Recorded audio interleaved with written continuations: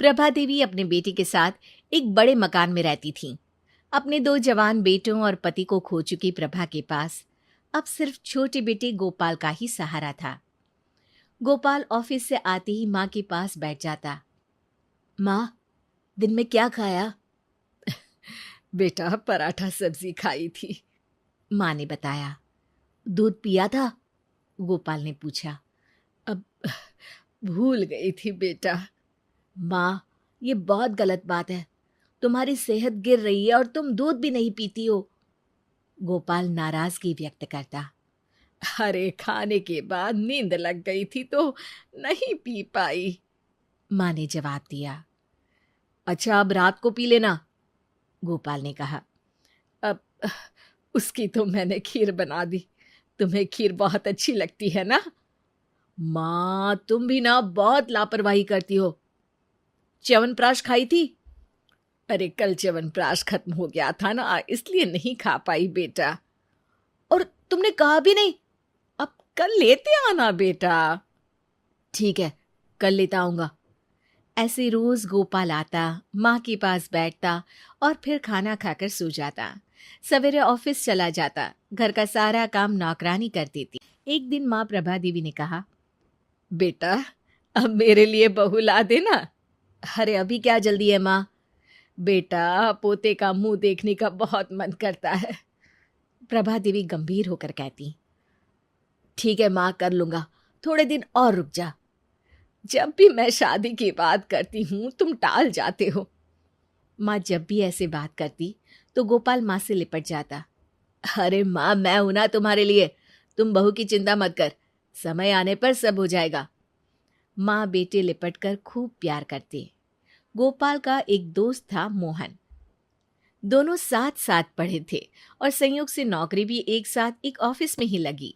Lunch के समय एक दिन मोहन ने गोपाल से पूछा, अरे यार, कभी तुम्हारे किसी रिश्तेदार को तुम्हारे यहाँ आते जाते नहीं देखा? पिताजी के मरने के बाद सारे रिश्तेदारों ने हम लोगों से नाता खत्म कर लिया, गोपाल ने बताया। क्यों? इस समय तकलीफ में रिश्तेदार ही तो काम आते हैं, मोहन ने आश्चर्य से कहा। लेकिन मेरे साथ ऐसा नहीं हुआ।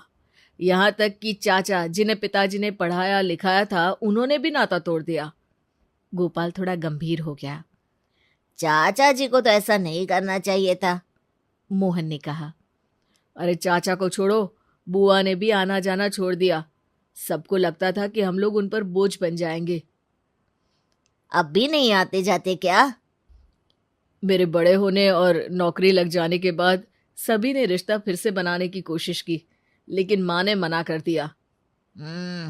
जब मुसीबत में साथ नहीं थे तो अब क्या रिश्ता रखना, सही किया माँ ने। कुछ दिन बाद गोपाल ने मोहन से कहा, यार मोहन, तुम अकेले रहते हो एक कमरे में, हमारे यहाँ क्यों नहीं आ जाते? दोनों साथ रहेंगे। मोहन की बहुत ना नुकुर करने के बाद गोपाल ने मोहन को अपने घर में रहने के लिए राजी कर लिया और अब मोहन और गोपाल एक साथ रहने लगे। गोपाल की माँ को भी अच्छा लगने लगा। 3-4 महीने बाद एक दिन गोपाल ने माँ से कहा, माँ, मेरा 9 महीने के लिए चेन्नई ट्रांसफर हो गया है। अरे बेटा, तुम्हारे बिना मैं कैसे रह पाऊंगी? माँ, मोहन है और नौकरानी भी तो है, तुम्हें कोई तकलीफ नहीं होगी। फिर 10 महीने की ही तो बात है। बेटा, ट्रांसफर रुक नहीं सकता क्या? माँ ने रोते हुए पूछा।